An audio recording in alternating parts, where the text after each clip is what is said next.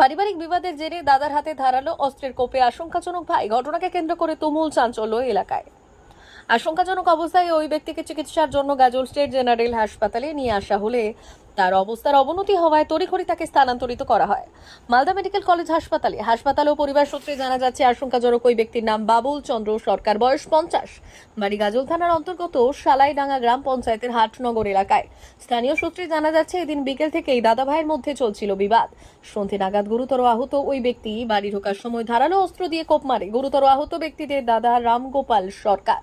তড়িঘড়ি পরিবারের সদস্যরা স্থানীয়দের সহযোগিতায় আহতকে নিয়ে আসে গাজল স্টেট জেনারেল হাসপাতালে। অবস্থা আশঙ্কাজনক হওয়ায় তড়িঘড়ি স্থানান্তরিত করা হয় মালদা মেডিকেল কলেজ হাসপাতালে। নগর গ্রামের নাম যে আক্রান্ত হয়েছে ওনার নাম বাবলু চন্দ্র সরকার। দাদার হাতে আক্রান্ত হয়েছে। কি দিয়ে মেরেছে? হাসুয়া দিয়ে মেরেছে।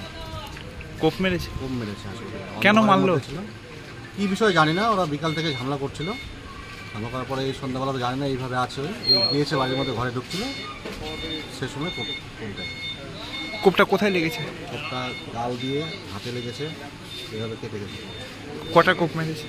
হয়তো 2-3টা মেরেছে, একটা হয়তো ভালোভাবে লেগেছে, হয়তো হাত দিয়ে করেছে হাতে। কি অবস্থা এখন? কোথায় নিয়ে এসছেন? কাজে অবস্থা কি আছে? অবস্থা খুব সিরিয়াস আছে, হয়তো রেফার হবে। আচ্ছা, ডাক্তার বললেন, তাই শুনলাম। কি মনে হচ্ছে কেন এরকম ঘটনা ঘটলো ভাই দাদা ভাইয়ের মধ্যে? সেটা আমি বলতে পারবো না, আমি ছিলাম না সেখানে, আমাকে ডাকা হয়। পাশের বাড়ি আমার, মোটামুটি 1/2 কিলোমিটার যাই, তারপরে নিয়ে আসি। এদের বাবা বেঁচে আছে? না না, বাবা বেঁচে নেই, তাও মারা গেছে। এদের জমি জায়গা বা পূর্বের কোনো শত্রুতা আছে? সে বিষয়ে জানা নেই আমার অতটা। এ কি এক বাড়িতেই থাকতো? হ্যাঁ, একটা বাড়িতেই। মালদা থেকে বলাই পোদ্দারের রিপোর্ট, পুরুলিয়া টুডে।